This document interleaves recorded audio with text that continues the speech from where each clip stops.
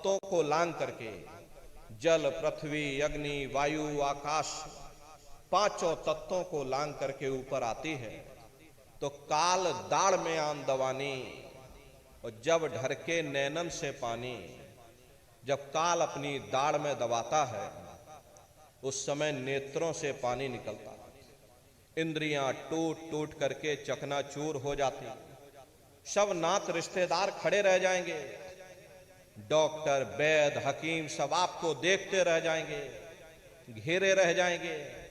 लेकिन उस समय प्रेमी भाई बहनों, तुम्हारी कोई मदद नहीं कर पाता। जम के दूत घेर चौफेरा, निक्षय प्राण छोड़ के डेरा। यमदूत आते हैं, प्राणों की डोरी को तोड़ देते और जीवात्मा को खींच करके इस शरीर से बाहर कर दिया जाता। और जैसे ही जीवात्मा शरीर से अलग हुई, इस शरीर हमारा मिट्टी हो जाता। और इस मिट्टी को ले जा करके शमशान भूमि पर जला करके राख कर देते। हाड़ जले जैसे लाकड़ी, केस जले जैसे घास, और एक कंचन जैसी काया ढह गई और कोई ना आवे पास। ये कहानी हमारी आपकी यहीं समाप्त हो गई। ये जात बिरादरी के रगड़े झगड़े, ये नाम, ये रुतबा, ये शानो शौकत, ये पद और ये प्रतिष्ठा, ये प्रधानी और ये कलेक्टरी, ये सब तुम्हारी यहीं समाप्त हो गई। लेकिन उधर देखो क्या होता, तुम्हारी जीवात्मा को ले जा करके ऊपर धर्मराज की कचहरी में पेश कर दिया जाता। वहां पलक झपकते ही तुम्हारे अच्छे बुरे कर्मों का हिसाब किताब हो जाता। धर्मराज तुमको सजा सुना देते, ले जाओ इनको फलाने नरक में डाल दो, क्योंकि मैंने इनको मौका दिया था। जब ये मां के घर में उल्टे लटके हुए थे, सिर इनका जब नीचे था, पैर जब इनके ऊपर थे, मां के घर में जब ये उल्टे लटके हुए थे, उस समय इन्होंने मुझसे प्रार्थना की थी कि हे मालिक, अब प्रभु कृपा कर हुए भांति और सब तज भजन करह दिन राती। कि हे परमात्मा, इस बार हमको मौका दे दो, इस बार हमको मनुष्य शरीर दे दो, हम भजन करेंगे, भक्ति करेंगे, हम अपनी जीवात्मा का कल्याण करेंगे। मैंने इनकी प्रार्थना को स्वीकार कर लिया और इनको मैंने सुंदर सा ये मनुष्य शरीर दे दिया और कह करके मैंने भेजा था कि भाई ये मनुष्य शरीर, ये किराए का मकान है, ये तुम्हारा अपना नहीं है। अगर ये तुम्हारा अपना होता तो हमेशा तुम्हारे पास रहता। ये तुम्हारा अपना नहीं, ये मैंने तुमको कुछ समय के लिए किराए का मकान दिया है। हाँ, तुम अपनी जीवात्मा को मेरे किराए के मकान में बैठा करके, मालिक की भक्ति करके, समय रहते अपनी जीवात्मा का कल्याण करा लेना, अपनी जीवात्मा को जगा लेना। मैंने कुछ समय के लिए तुम सबको ये किराए का मकान, तुम मेरे किराए के मकान को खाली कर देना। लेकिन इतना ध्यान रखना, जैसा साफ सुथरा मैंने तुमको ये किराए का मकान दिया है, वैसा ही साफ सुथरा तुम मुझको वापस लौटाना। लेकिन इस किराए के मकान में बैठ करके इन्होंने बुरे खोटे पाप कर्म कर डाले। मेरे किराए के मकान को इन्होंने अपने कर्मों से गंदा कर दिया, इसलिए कर्मों की सजा इनको मिलेगी। ले जाओ इनको फलाने नरक में डाल दो। महात्मा कभी झूठ नहीं बोलते। महात्माओं ने जब साधना किया, साधना करके जब ऊपर गए, ऊपर जा करके जब उन्होंने अपनी दिव्य दृष्टि से नरकों का हाल देखा, तो हमारी आपकी जानकारी के लिए उन्होंने धर्म ग्रंथों में लिख दिया कि लोह के खम्भ तपत के माही, और जहां जीव को ले चिपटाई वहां बड़े बड़े लोहे के खंबे अग्नि से धधक धधक कर लाल हो रहे। ऐसे खोटे जीवों को उन्हीं तपते हुए खम्भों के ऊपर लिटा दिया जाता। जीव हाय हाय करके चिल्लाता है, तड़फ तड़फ जीव जुलम बुखारी, और तपत खम्ब दुख उपजे भारी।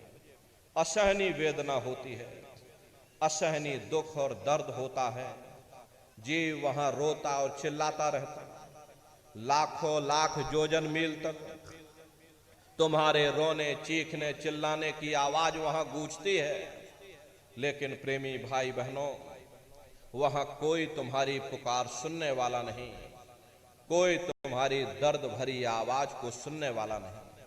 ये दुर्दशा क्यों हो गई? क्योंकि हम लोग मनमुखी हो गए, मन के कहे पर चलने लग गए। मन के कहे पर चल करके बुरे खोटे पाप कर्म करने लग गए। कर्मों का ये जखीरा अंबार के अंबार हमने अपने सिर पर लाद लिए, आज उन्हीं कर्मों का हम आप भोग पा रहे हैं। प्रेमी भाई बहनों, महात्मा कहते हैं कि भाई नर के अनेक और हैं, कहां लग कहूं बखान, दुख भुगते यह जीव जो जाने जो भोग समान। कहते भाई एक नरक नहीं, ऐसे वहां पर अनेकों अनेक नरक बने हुए, अलग अलग खोटे पाप कर्मों के वहां पर अलग अलग नरक बने हुए। गरुड़ पुराण में 36 प्रकार के नरकों का वर्णन किया गया। कुंभी नरक निदान यह है, पड़े जीव जग जाए, सिर समेत डूबा रहे, सदा नरक के माही। कुंभी कहते हैं घड़े के आकार का बड़ा विशाल नरक वहां बना, दुनिया भर का मवाद उसमें भरा पड़ा, जीवों को ले जाकर उसी में डाल दिया जाता। कुंभी नरक कल्प लो वासा, मुख में नरक नाक में श्वासा। कल्प लो वासा यानी 1000 चौकड़ी युग का एक कल्प होता है, और कल्प लो वासा यानी युगों युगों तक ये जीव नरकों की सजा को भोगता रहता है। नरकों की सजा भोगने के बाद में इन्हीं जीवों को सीधे मनुष्य शरीर नहीं दिया जाता, बल्कि ले जाकर के 4 खान 84 लाख योनियों में डाल दिया जाता। जैसे बच्चा होता है, अब बच्चा पहले कक्षा 1 पास करेगा, फिर कक्षा 2 में जाएगा। ऐसे ही प्रेमी भाई बहनों, वहां पर भी पूरा चैनल बना हुआ। नरकों की सजा भोगने के बाद में इन्हीं जीवों को 4 खान 84 लाख योनियों में डाल दिया जाता है। ये 4 खान 84 लाख योनियां ये कोई मामूली योनियां नहीं होती। 4 खान का मतलब होता है अंडज पिंडज उपमज स्थावर, ये 4 खाने होती हैं। पहली श्रेणी तो इन पेड़ पौधों की आती है जिनके अंदर पानी का तत्व मौजूद होता है।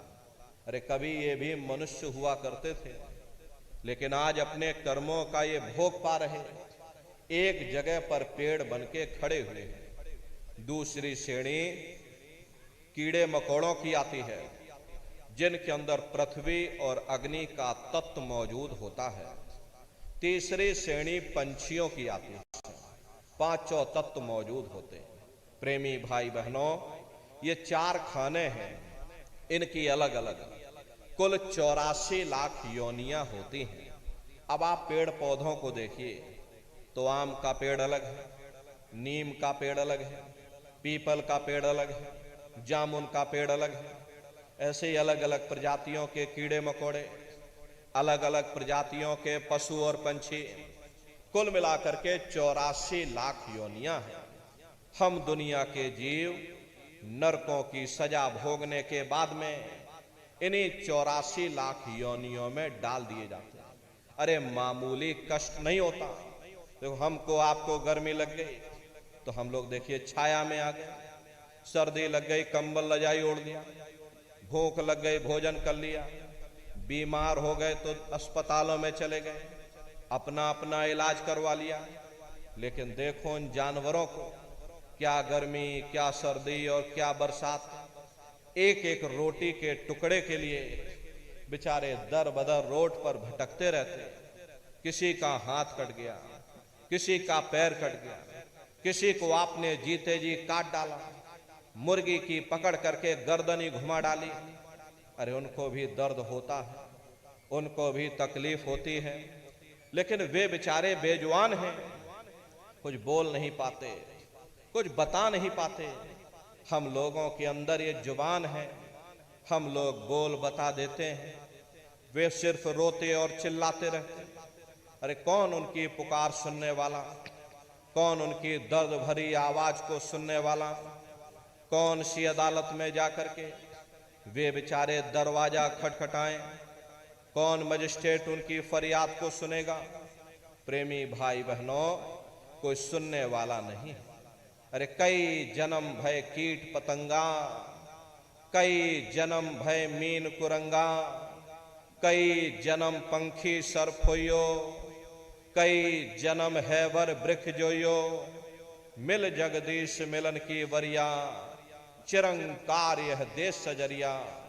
करोड़ों करोड़ युगों से हम आप नरकों की सजा भोगने के बाद में फिर कभी कीड़े पतंगों की योनि में डाल दिए जाते, कभी पेड़ पौधों की योनि में डाल दिए जाते, कभी पशु और पंछियों की योनि में डाल दिए जाते। प्रेमी भाई बहनों, 84 लाख योनियों की सबसे जो आखिरी योनि होती है वो गाय और बैल की योनि होती है। गाय स्त्री का रूप लेती है और बैल पुरुष का रूप लेते हैं। ये 84 लाख योनियों की सबसे आखिरी योनि यानी कि अंतिम पायदान होता है। उसके बाद तब जाकर के हम लोगों को दोबारा फिर से मनुष्य शरीर प्राप्त होता। इसीलिए कहा गया है, बड़े भाग्य मानुष तन पाया, कोट जन्म जब भटका खाया। कोटान कोट युग युगांतर तक अलग अलग योनियों में भटकने के बाद में बड़े सौभाग्य से तुम लोगों को ये मनुष्य शरीर प्राप्त हुआ है।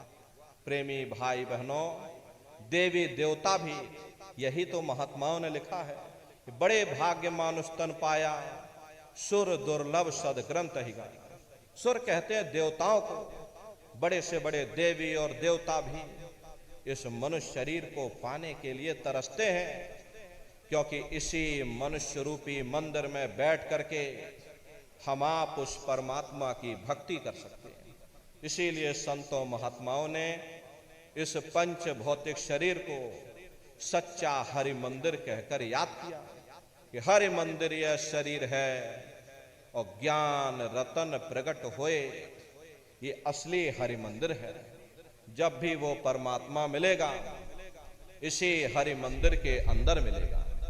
इसी पंच भौतिक शरीर को ईसा मसीह साहब ने टेम्पल ऑफ लिविंग गॉड यानी जिंदा ईश्वर का मंदिर कहा।